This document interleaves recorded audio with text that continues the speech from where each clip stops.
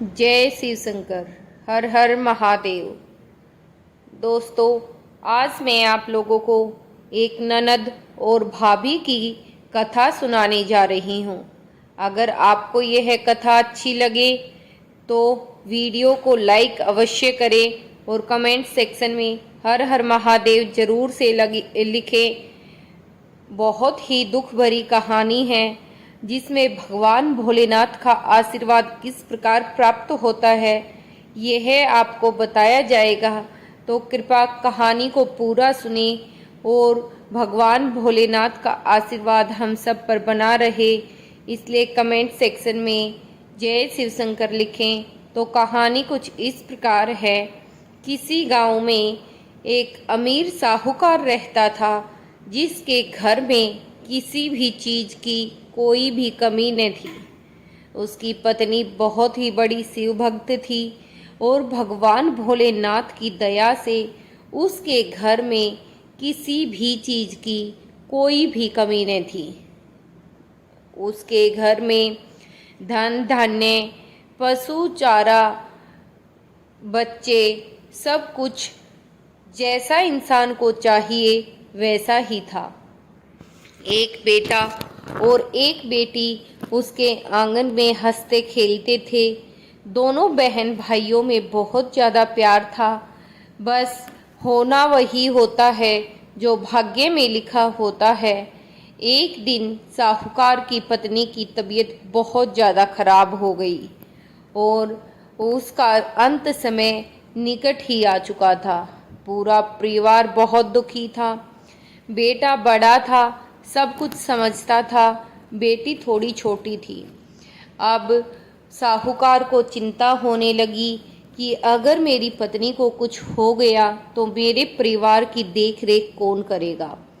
लेकिन चिंता करने से भी हरण नहीं होता। जो होना होता है, जो भाग्य में लिखा है, जो विधाता को मंजूर है, वही होता है। कहते हैं चिंता चिता समान होती है और यही इस परिवार के साथ भी हुआ।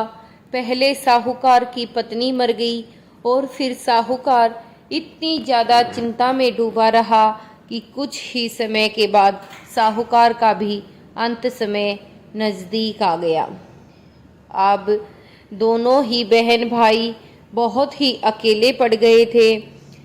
साहूकार की भी मृत्यु हो चुकी थी तो वो दोनों अनाथ हो गए थे।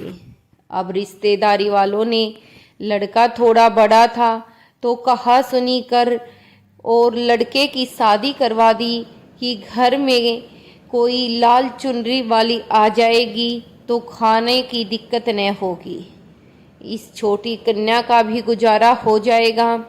लेकिन जब साहूकार का अंत समय नज़दीक आया था तो उस समय जब उसकी बेटी उसके पास बैठी रो रही थी तो साहूकार ने कहा था, देखो बेटा, तुम्हारी माँ बहुत ही बड़ी शिव भक्त थी। तुम्हें जब भी अकेला महसूस हो और घोर चिंता में घिरी हुई हो तो भगवान भोलेनाथ की शरण में जाना।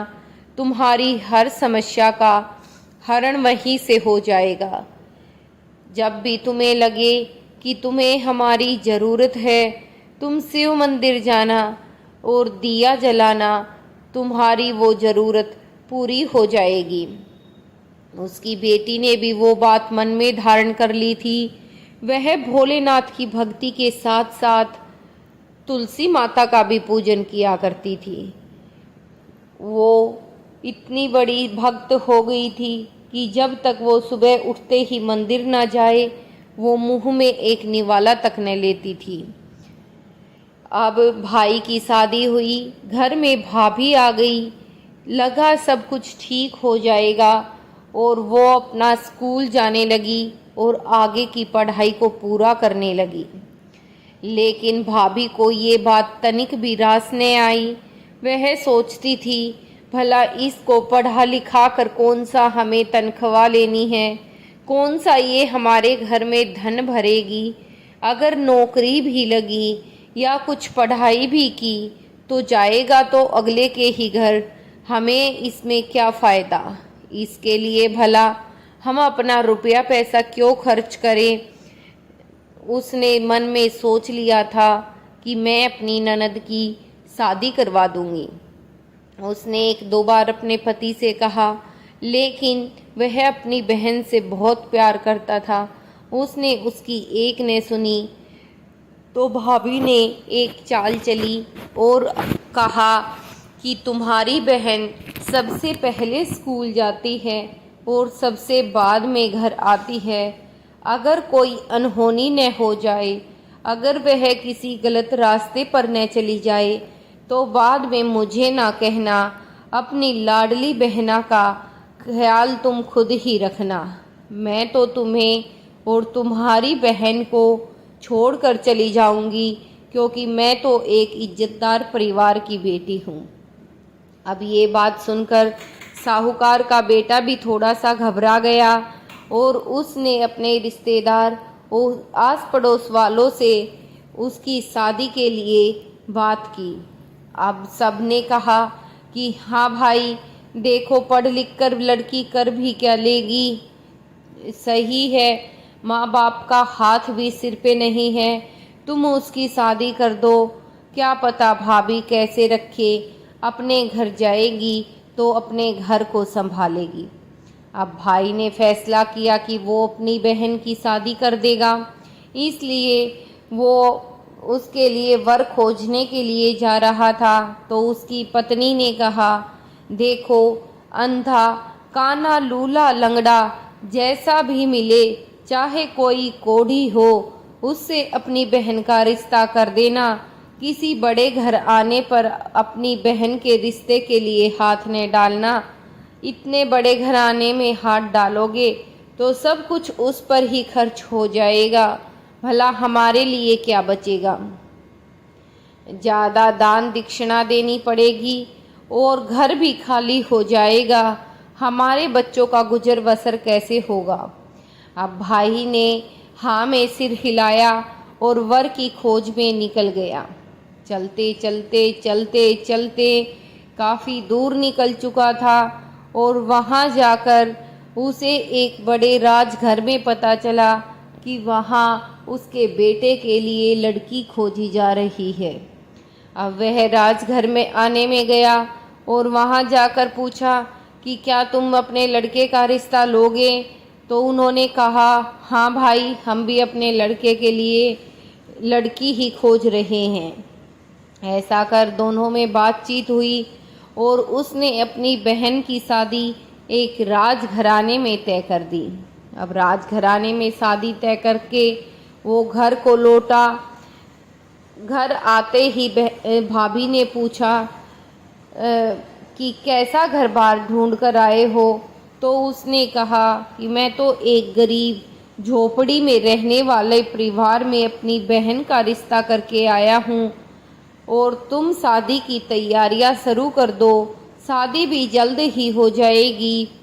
उसके लिए जो गहने जेवर होंगे, लगन टीका जो होगा, हल्दी जब होगी, ये सारी बातें उसे बता दी। जो समय तय किया गया था उसके अनुसार तैयारियां शुरू हो जानी चाहिए थी, लेकिन भाभी ने तनिक भी तैयारी शुरू न की। तो भाई ने कहा कि क्या तुम मेरी बहन के लिए शादी की तैयारियां न करोगी? क्या तुम उसके लिए गहने जेवर ना खरीदोगी, सूट नहीं सिलवाओगी? तब भाभी ने कहा, अरे आपकी बहन तो शिव भक्त है और शिव भक्त भला गहने कहाँ पहनते हैं, वह तो सरफ पहनते हैं, कान में बिछुए के कमंडल पहनते हैं और भांग धतूरा के पत्ते लपेट कर रखते हैं। फिर भला मैं तुम्हारी बहन के लिए गहने क्यों बनवाऊं, बिना बात अपना पैसा क्यों खर्च करूं? इस पर भी भाई ने चुप्पी साधी, वह कुछ न बोला। यह सारी बातें बहन खड़ी खड़ी सुन रही थी। उसको बड़ा दुख हुआ और वह रोने लगी कि देखो, आज अगर मेरी माँ होती तो मेरे लिए सूट सिलवाती, साड़ी गहने लाती, हर तरह से मुझे सोले श्रृंगार के लिए सजाती, मेरे सारे काम कितने लाड प्यार से करती। और एक भाभी है जो मुझे साप पहनाने की तैयारी में है। वह रोती रोती भगवान भोलेनाथ के मंदिर में गई और भगवान भोलेनाथ से कहा, हे भगवान, क्या मेरे कर्मों में ये सब ही लिखा है? और अगर आपको ही ये मंजूर है तो भला इसमें मैं और क्या कर सकती हूँ। वह बिल्कुल चुप रही, मुंह से एक शब्द तक न बोला। अब भाभी ने जैसे तैयारियां करनी थी वैसे शुरू कर दी। वह भोलेनाथ के मंदिर में गई और शिवलिंग से मरे हुए सांप को निकाल लाई और जो बिछुए के जो कमंडल भोलेनाथ ने पहने थे वो निकाल लाई। बेलपत्र के जो कपड़े भगवान भोलेनाथ को पहना रखे थे वो सब निकाल लाई और लाकर अपनी ननद को पहनाने लगी। ननद भी कुछ न बोली। उसने सोच लिया था जो होगा मेरे कर्मों में लिखा हुआ वही तो मेरे साथ होगा, अब भला शिकायत करने से क्या फ़ायदा। लेकिन वो रोए जा रही थी और भाभी ने तब भी थोड़ा सा भी रहम दिल में न दिखाया। उसने उसको जब तैयार करने लगी तो चेहरे पर भस्म लगा दी, गले में सांप की माला डाल दी, कान में मरे हुए बिच्छुओं को पहना दिया और जगह जगह पर उसको भांग और धतूरा के पत्तों से सजाया और अपना एक पुराना सूट उसे पहना दिया और उसकी संदूक में ईंट और रोड़े भरकर उसकी ससुराल में भेज दिया और उसको शादी के लिए फेरों पे लाके फेरे करवाए और डोली में बिठाकर विदा कर दिया। अब जब कुहार डोली को उठाकर जा रहे थे तो वह कन्या बहुत ही बुरी तरह से रोए जा रही थी। मन ही मन में सोच रही थी, आज मेरी माँ होती तो मेरे 16 श्रृंगार करती, मुझे दुल्हन के जोड़े में तैयार करती। ये मेरी भाभी ने मेरे साथ क्या किया। दुल्हन के जोड़े की जगह फटे पुराने वस्त्र पहनाए, 16 श्रृंगार की जगह भस्म, मरा हुआ सांप और मरे हुए बिच्छुए मेरे गले में और कानों में डाल दिए। हे भगवान, मेरा बड़ा दुर्भाग्य है। क्या एक शिव भक्त की ऐसी ही दशा होनी चाहिए। ये सोचकर वो रोए जा रही थी। कुहार काफी आगे निकल आए थे उसकी डोली को लेकर। उसको सामने ही एक शिव मंदिर दिखाई दिया। उसने कुहार से कहा, अरे भैया, अगर आप लोग मेरी थोड़ी सी मदद करो तो मैं ये शिव मंदिर जाना चाहती हूँ, क्या तुम मुझे रोक दोगे? बस 5 मिनट के लिए मैं आपके सामने हाथ जोड़ती हूँ। कुहार को इतनी नम्रता से बोली हुई बात पर बड़ी दया आई और उन्होंने कहा कि हाँ हाँ, क्यों नहीं, हम तो बिल्कुल आपको रोक देंगे, आप 5 मिनट आराम से जाइए। अब वो भोलेनाथ के मंदिर में गई। वहां जाकर भोलेनाथ के चरणों में बुरी तरह से लिपट कर रोने लगी कि हे भगवान, मेरे माई बाप लौटा दो, चाहे कुछ हो, एक बार मेरे माई बाप लौटा दो। मेरे पापा ने कहा था कि जब भी मैं अकेली होंगी, मुझे किसी चीज़ की ज़रूरत होगी तो आप मेरा साथ दोगे। आज आप कहाँ हो? इतना ही बोला था कि वहाँ पे एक बूढ़ी औरत प्रकट हो गई। उसने कहा, बेटी तुम कौन हो और ऐसे वेश में यहाँ क्या कर रही हो? तो उसने कहा कि मैया, मेरी तो शादी हुई है, मैं तो डोली से उतरकर भगवान के दर्शन करने आई हूँ। तब उसने कहा, इस अवस्था में भी भला किसी की डोली आती है? ये क्या तूने अपना वेश बनाया है? माई बाप ने क्या तुझे ऐसे ही सजाया है? तब उस लड़की की आंखों से आंसू छलक उठे। वह चाहकर भी खुद को न रोक पाई और बुरी तरह रोने लगी। तब बूढ़ी औरत ने कहा, बेटी अपना दुख अगर मुझे बताओ और थोड़ी देर के लिए समझो कि मैं ही तुम्हारी माँ हूँ। तो मैं समझूंगी कि तुमने मुझे अपनी सेवा का मौका दिया है। अब कन्या भी पूरी भरी हुई थी। दुख इतना था कि वो एक ही क्षण में सारी बातें बोल गई। ये सारी बातें सुनने वाली वो बूढ़ी औरत साक्षात तुलसी मैया थी। उसने उसके सिर पे हाथ रखा और कहा कि बेटी, तुम तनिक भी न घबराओ, तुम थोड़ा सा अंदर चलो, वहाँ पर एक शादी का जोड़ा रखा है, तुम वो जोड़ा पहन लो और तैयार हो जाओ। वो अंदर गई, जाकर शादी का जोड़ा देखा, पहना। माई ने उसके 16 श्रृंगार कर दिए, उसको इतने सुंदर रूप में सजा दिया कि सब कोई देखकर हैरान हो जाए। अब वह झटपट से डोली में गई, जाकर बैठ गई और अपने ससुराल में पहुंची। जैसे ही वो ससुराल गई, अब उसके मन में था कि जब कहार मेरी डोली को नीचे रखेंगे तो मैं इनको भेंट में क्या दूं। मेरी भाभी ने तो मेरे इस संदूक में पत्थर रोड़े ही भरे हैं, क्या मैं ये पत्थर रोड़े इनको दूंगी? भला कोई मुझे क्या कहेगा कि इतने बड़े साहूकार की बेटी और पत्थर रोड़े लेकर आई है। अब वो बड़ी घबराई घबराई सी संदूक को खोलती है। खोलते ही वह क्या देखती है कि उसमें तो हीरे जवाहरात और बहुत सारे कीमती आभूषण भरे हुए हैं। उसने वो सब देखा और फूली न समाई। अब तो उसने सोच लिया था कि जरूर महादेव ने ही मुझ पर दया बरसाई है। अब उसको यकीन सा हो गया था कि अब उसके जीवन में शायद कोई कष्ट न रहेगा। उसने फटाफट अपनी संदूक से हीरे जवाहरात उठाए और मुट्ठी भर भर के चारों कहार को दे दिए।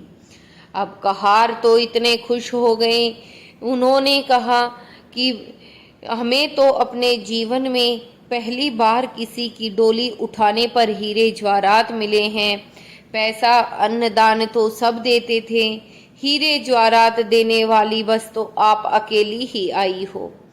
आप तो धन्य हो, इतने बड़े दिलवाली हो, इतने बड़े राजघर में आई हो, उससे भी बड़े राज दिल वाली हो।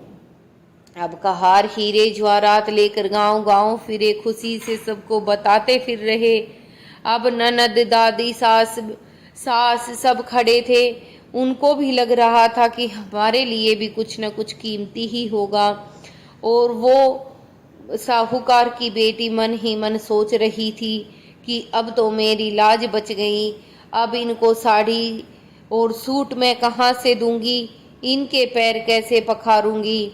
मेरी भाभी ने तो कुछ ना दिया, अब मैं इनको क्या बताऊंगी?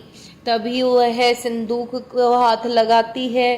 हाथ लगाते ही उसके अंदर से सोने और चांदी के काम वाली साड़ियाँ निकलती हैं और वह उनको देखकर खुश होकर अपनी सास ननद को देती है, साथ में हीरे जवाहरात देती है, उनके पैर पखारती है और भगवान भोलेनाथ का शुक्रिया अदा करती है।